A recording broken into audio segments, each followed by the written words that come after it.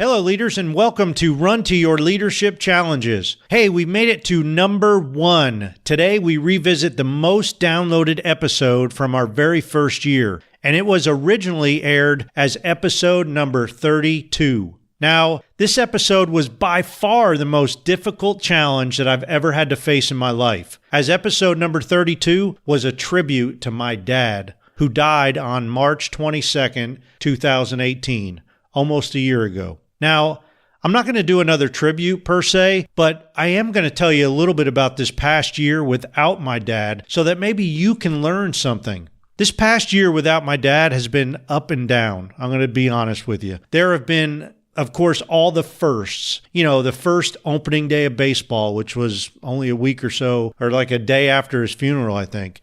You know, you had the first day. We went through his first birthday without him, the first World Series without him. And believe me and my dad were big baseball fans, and we used to talk a lot during baseball games. So all those first times watching a Yankee game without him, of course, the first Thanksgiving and Christmas without him. And, you know, I'm not going to lie, there were many, many tough days that just out of the blue, I would start crying just thinking about him, including about 5 minutes ago when I re-listened to episode 32. I cried like a baby. And, you know, I mentioned in the original episode how his passing was so sudden. Heck, I had talked to him just the day before. And when the phone rang on March 22nd, that afternoon, I looked at my phone and I thought it was him. Well, you know, nothing could ever prepare you for that phone call. I've often thought over the past year about how he went so fast without hardly any warning. And I wondered if it's easier to have someone fade away with a terminal illness so you can say your goodbyes and so you can prepare yourself for that. But personally, man, I'm glad he went quickly. After all, that's exactly how he wanted to go, so he got his wish. Now today, as I reflect back over this year without my dad, you know, I want to offer you this piece of advice. No matter what your relationships are with your loved ones, make amends and reach out to them. Make an effort to go see them, or at least get some kind of schedule going where you can call them on a routine basis.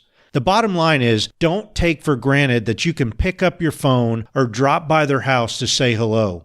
I'm horrible at this, I'll have to admit, and I know I need to call my mom and sisters more often, so I'm going to add it to my calendar to ensure that I make the time.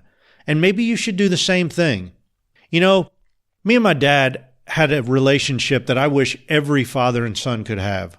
And our last words that we said to each other were, "I love you." A lot has happened over this past year, but one thing that hasn't changed is the love that I have for my dad. He may be gone, but he's surely not forgotten. And that love that I had for him and have for him has not even begun to dwindle in the least bit. And a large part of him lives on within me. So if your loved ones are still with us, go give them a hug. Or as a minimum, pick up the phone and give them a call. If for nothing else, just to say I love you. That's it. I love you. Thanks for listening. Run to your challenges.